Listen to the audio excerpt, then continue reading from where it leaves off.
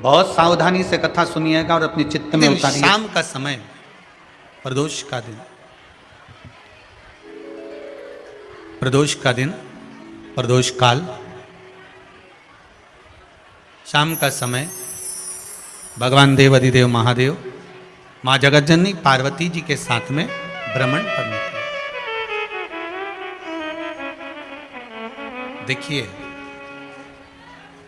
अगर प्रदोष का व्रत नहीं कर सकते, प्रदोष के दिन आप व्रत नहीं कर सकते, मान लो आपसे भूखा नहीं रहा जाए, प्रदोष का व्रत नहीं कर सकते, प्रदोष के दिन आप भूखे नहीं रह सकते, मंदिर भी नहीं जा सकते, दिया भी नहीं लगा सकते,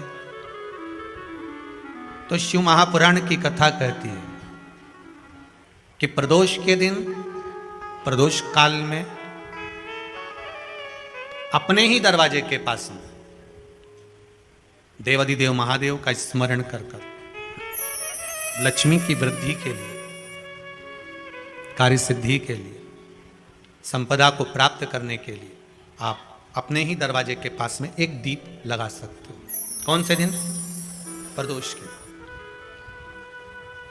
एक बात और अच्छे से समझ लीजिए, जो बच्चे चिड़चिड़े होते हैं, चाहे घर में बेटे हों, बहुएं हों, सास हो, ससुर हो, परिवार में छोटे छोटे बच्चे हों, चिड़चिड़ प्रवृत्ति करते हों या चिड़चिड़ा स्वभाव हो, जरा जरा सी बात में क्रोध आ जाता हो, बोलने का भान नहीं रह पाता हो, शब्दों के बाण चलते हों, तो महाराज प्रदोष के दिन, प्रदोष काल में बेलपत्री के पेड़ के नीचे एक, जो पत्ता आपके पास में हो, पान का मिल जाए तो पान का, पीपल का मिल जाए तो पीपल का, बेलपत्र का मिल जाए तो बेलपत्र का, उस पत्ते पर मात्र थोड़ा सा शहद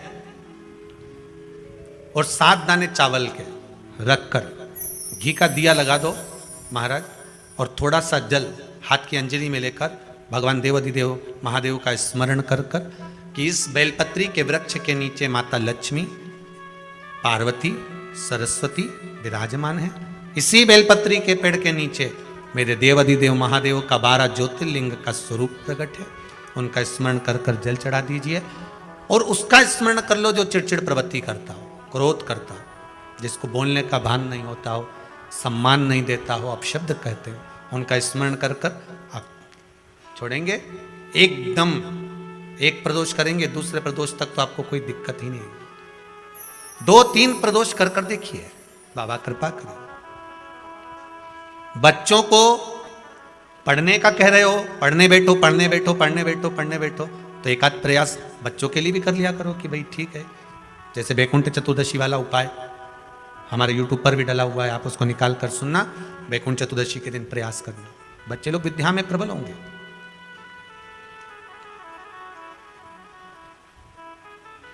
शिव उपासना का जो फल है वह 1000 गुना। ब्राह्मण देवता आज मंदिर के दरवाजे पर बैठे हुए थे, मंदिर की बुआरी लगाकर बेलपत्री को उठाकर एक बोरे में, एक बारदान में, एक झोले में भर रहे थे। एक बारदान में, एक बोरे में, एक झोले में भर रहे हैं। पहले भी कथा में आज फिर कहते हैं, शिव मंदिर में जल बाद में चढ़ाना, शंकर के मंदिर में जाकर पंचामृत स्नान बाद में कराना, शंकर जी के मंदिर में जाकर पूजन बाद में करना। पहले थाली एक और रखकर शिव मंदिर में झाड़ू, पोछा या जो बेलपत्री, निर्माल्य जो भी रखा हो, उतरा हुआ सामान, उसको भरकर कहीं एक और जहां मंदिर वाले रखते हो वहां ले जाकर रख दो। झाड़ू पोछा एक बार जरूर। इस ब्राह्मण के चरित्र को सुनिए जो शिव महापुराण में वर्णन किया गया। कार्तिक महत्तम की कथा कर रही है। कार्तिक मास में पड़ने वाले प्रदोष के दिन महाराज वो ब्राह्मण बेलपत्री को उठा उठा कर बारदान में भर रहा था।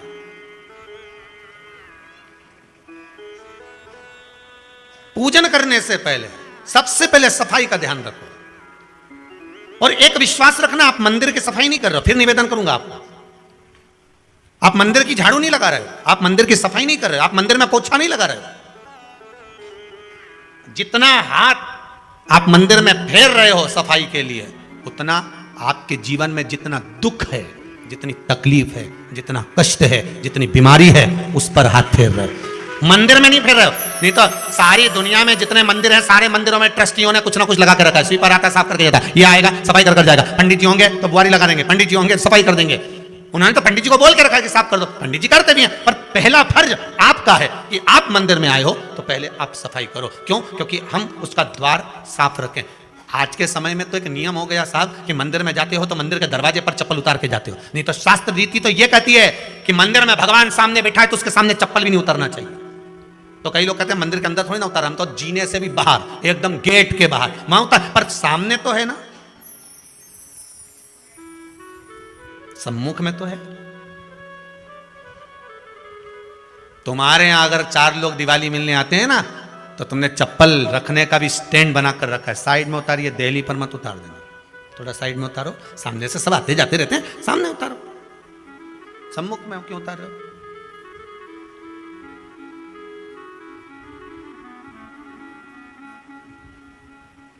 थोड़ा द्वार पे से दूर उतारिए।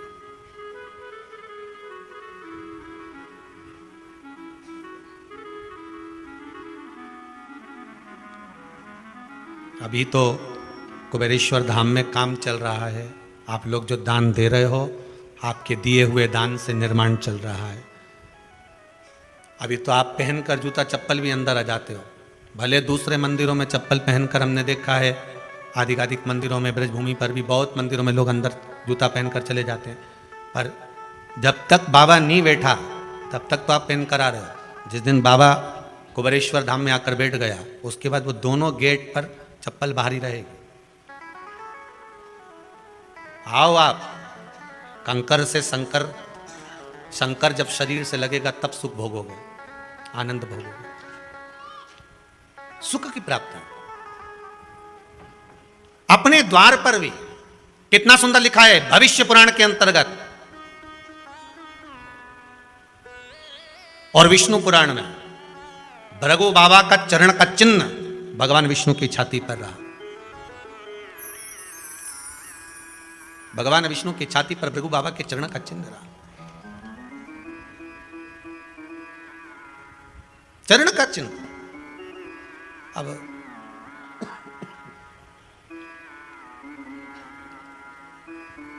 भविष्य पुराण में लिखा है कि अगर हम मंदिर के द्वार पर घर के चौखट के एकदम सामने चप्पल उतार देते हैं, 7 बार दिन भर में से, कितनी बार? 7 बार विष्णु पुराण कहती है ऐसा कोई दिन नहीं होता जिस दिन दरवाजे पर 7 बार लक्ष्मी आकर खड़ी नहीं होती हो। कल एक कथा कही थी आपको कि प्रत्येक मनुष्य के भाग्य में सुख लिखा है, केवल मंथन करना। भविष्य पुराण कहती है 7 बार लक्ष्मी प्रत्येक मनुष्य के दरवाजे पर जाकर खड़ी होती है, पर द्वार पर चप्पल पड़ी होने के कारणवश वो लौट कर चली जाती है। बहुत ध्यान दीजिएगा महाराज, थोड़ा सा आपको बुरा लगेगा, लग जाए, पर शिव पुराण है, जीवन संवार देगी तो अच्छी बात है, तो अच्छी बात है। मंदिर के द्वार पर हम जब चप्पल छोड़ते हैं, जिस मंदिर की चौखट पर चप्पल छोड़ी है, आप जितनी देर आराधना में लगे रहते हैं उतनी देर तक आपकी चप्पल पर जितने लोग लांग कर जाते हैं, जितने लोग लांग कर प्रवेश करते हैं, उसका भी दुख आपके भाग्य में आता चले जाता है। ध्यान दीजिएगा जरा, चप्पल का भविष्य पुराण में पढ़िएगा कभी कि पादुका का महत्व क्या है, पादुका किस ओर उतारना चाहिए, पादुका को कहाँ रखना चाहिए, किस जगह पर बुआरी झाड़ू को रखना चाहिए, किस जगह पर चलनी को रखना चाहिए, सुई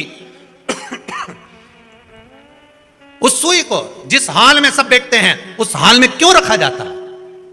सुई तो इतनी सी है, पर जिस हाल में सब बैठते हैं उस हाल में ना तो झाड़ू रखते हैं, उस हाल में ना चलनी रखते हैं। भैया क्यों नहीं रखते? कारण क्या है कि जिस हाल में सब बैठकर बात करें, आवक जावक की बात हो, व्यापार की बात हो, लक्ष्मी की बात हो, प्रेम स्नेह की बात हो, आपस में बैठकर सब चर्चा कर रहे हो, अगर वहां छलनी होगी, झाड़ू होगी, तो बैठे बैठे बात करने में विवाद चालू हो जाएगा। 15-20 मिनट तुमने बहुत प्रेम की बात करी, अच्छे से बात करी, पति पत्नी बहुत प्रेम की बात कर रहे थे, मालूम पड़े बात करते करते से कब झगड़ा उत्पन्न हो जाए तो समझ में नहीं आया। हमारी बहू को क्या हो जाता है, बैठे बैठे बात करते करते झगड़ा कर देती है, जरा सी बात में झगड़ा चालू हो जाता है। कारण क्या है, जिस हाल में तुम बैठ रहे हो, जिस कमरे में तुम बैठ रहे हो, जिस हाल के अंदर सब बैठकर चर्चा करते, बात करते, चित्त करते, आपस में बैठकर सब लोग एक दूसरे के बातचीत करने बैठे हैं, आय व्यय देखने बैठे हैं, दुकान व्यापार की बात करने बैठे हैं, उस जगह पर भी झगड़े का क्रम कहां से आ गया, एक ना एक का मुंह क्यों फूल गया, कारण क्या था, कोई बात टेंशन क्यों आ रहा है। मतलब उस हाल में या तो चलनी रखी है या झाड़ू रखी है, भले तुमने सोफे के नीचे फंसा दियो, भले तुमने पीछे फंसा दियो, पर पड़ी जरूर है, रखी जरूर है, कहीं ना कहीं पड़ी होगी। क्यों कहते हैं कि जिस हॉल में आप बैठ रहे हो, जहां पर आप संपदा की बात कर रहे हो, दौलत की बात कर रहे हो, व्यापार की बात कर रहे हो, व्यवसाय की बात कर रहे हो, उस हॉल में अगर कहीं कैलेंडर टंगा हो, कोई सामान ऐसा रखा हो, कोई पर्दा ऐसा लगा हो, कोई चीज ऐसी लगी हो, तो उसमें एक सुई उसमें रख दीजिए। क्यों कहते हैं, हमारे यहां दूल्हा भी जाता है ना, तो उसका जो साफा बनता है या जूता उसको पहनाते हैं, उस तक में पिन टच करके भेज देते हैं। बोलो सही है कि गलत है। दूल्हा तोरण लगाने जा रहा है, दूल्हा तोरण देने जा रहा है, तो उसके जूते में भी पिन घुसेड़ कर भेजते हैं, पिन लगाकर भेजते हैं, उसके साफे में पिन लगाकर भेजते हैं। एक भले सुई नहीं लगाएंगे तो आल पिन लगाकर भेज देंगे। क्यों भेजते हैं, उसका कारण क्या, कि लक्ष्मी को लेने जा रहा है, संपदा लेने जा रहा है, और जिसको वो ब्याह करने जा रहा है उसका संबंध सुई और धागे के संबंध जैसा हमेशा सिला हुआ होना चाहिए, उधेड़ा ना जाए, कैची जैसा कटा हुआ नहीं होना चाहिए। एक एक प्रमाण को जरा देखो तो। और दुनिया के लोग कहते हैं साहब हमारे यहाँ तो सुख नहीं है, शांति नहीं। शांति तुमने भंग करी, कोई दूसरा भंग करा। चप्पल उतार दी दरवाजे पर, मंदिर के द्वार पर। हम तो यहाँ तक कहेंगे पशुपति व्रत करने जा रहे हो, पशुपति व्रत को धारण करने जा रहे हो, एक सोमवार मत पहनो चप्पल, जब मंदिर जा रहे हो तब दिन भर पहनो, मंदिर जाओ मत पहनो। कोई जरूरी है कि मंदिर पहनने चप्पल पहनना जरूरी है, मत पहनो। मंदिर के द्वार पर जहां भगवान विराजे हैं उसके द्वार पर अगर आपने चप्पल उतारी है, आप तो अंदर चले गए। पर जितने लोग लांग रहे हैं उसका मालूम, उसका स्मरण कितना कितना गया। छाता, चप्पल, आसन, मांग का टीका, इसका भी वर्णन पहले कर चुके हैं कथाओं में, आप लोगों ने सुना होगा। छाते का भी वर्णन किया, किसी का छाता बारिश में तुम लेकर आ गए, पानी गिरने लगा, जी तुम्हारा छाता देना, छाता तो लेकर आ गए, पर जितने दिन तुम्हारे घर में रखा हुआ है उतना दिन तक हिसाब लगा कर रखना कि 15 दिन रखा तो तैयारी रख लेना, 15 दिन में कितने घंटे हुए, कितने घंटे कितने पल, उतना आपको दुख भोगना पड़ेगा।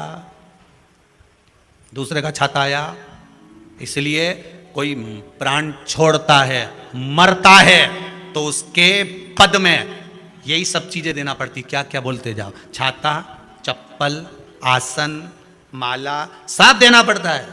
बोलो देते कि नहीं देते, तो क्यों देना पड़ता है छाता, क्या काम का कि छाता देना पड़ेगा। क्या व्यक्ति 24 घंटे क्या धूप में रहता था कि पानी में रहता था जो छाता देना पड़ेगा। चप्पल क्यों देना पड़ेगा, किस लिए देना पड़ेगा, उसका शास्त्र प्रमाण। जरा सा राजा परीक्षित ने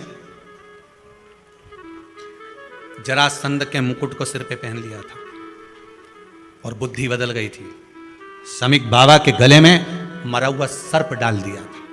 सही है कि गलत है। केवल मांग का टीका अर्थात सिर पर मुकुट बदला और काम हो गया। बहुत ध्यान देना पड़ता है महाराज, बहुत ध्यान देना पड़ता है।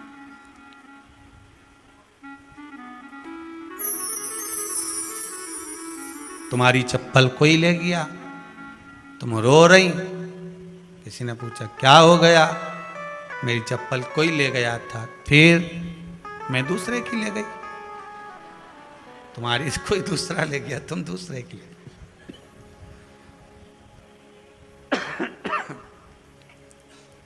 नहीं भाई,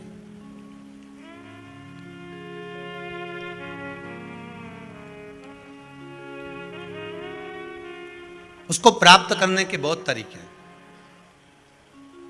एक सत्य बात कहें, 7 बार लक्ष्मी प्रतिदिन मनुष्य का द्वार झांकने के लिए आती है।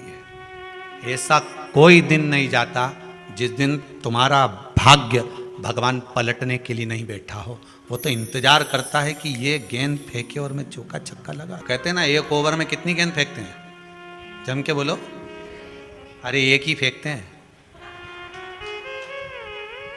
एक ओवर में कितनी गेंद फेंकते हैं, एक। वही गेंद बार बार फेंकते हैं ना, गेंद तो एक ही है नहीं, वो तो बार बार गिनाया तो 6 बार गिना, तो फेंकी तो एक ही है। कि बदल बदल के फेंक दी, पीली नीली हरी गुलाबी? नहीं, एक ही है। बदल बदल कर आया, गेंद एक ही थी, फिर फेंका कि ये तो वाइट निकल गई, फिर फेंकी, गेंद वही है, गिनती में 6 जा रही है। 1 साल निकल गया, 1 दिन निकल गया, फिर गेंद फेंकी, अरे साहब एक भी रन नहीं बना, फिर फेंकी, अभी भी नहीं बना, फिर फेंकी, तो क्या बाउंड्री तक तो पहुंच गई है।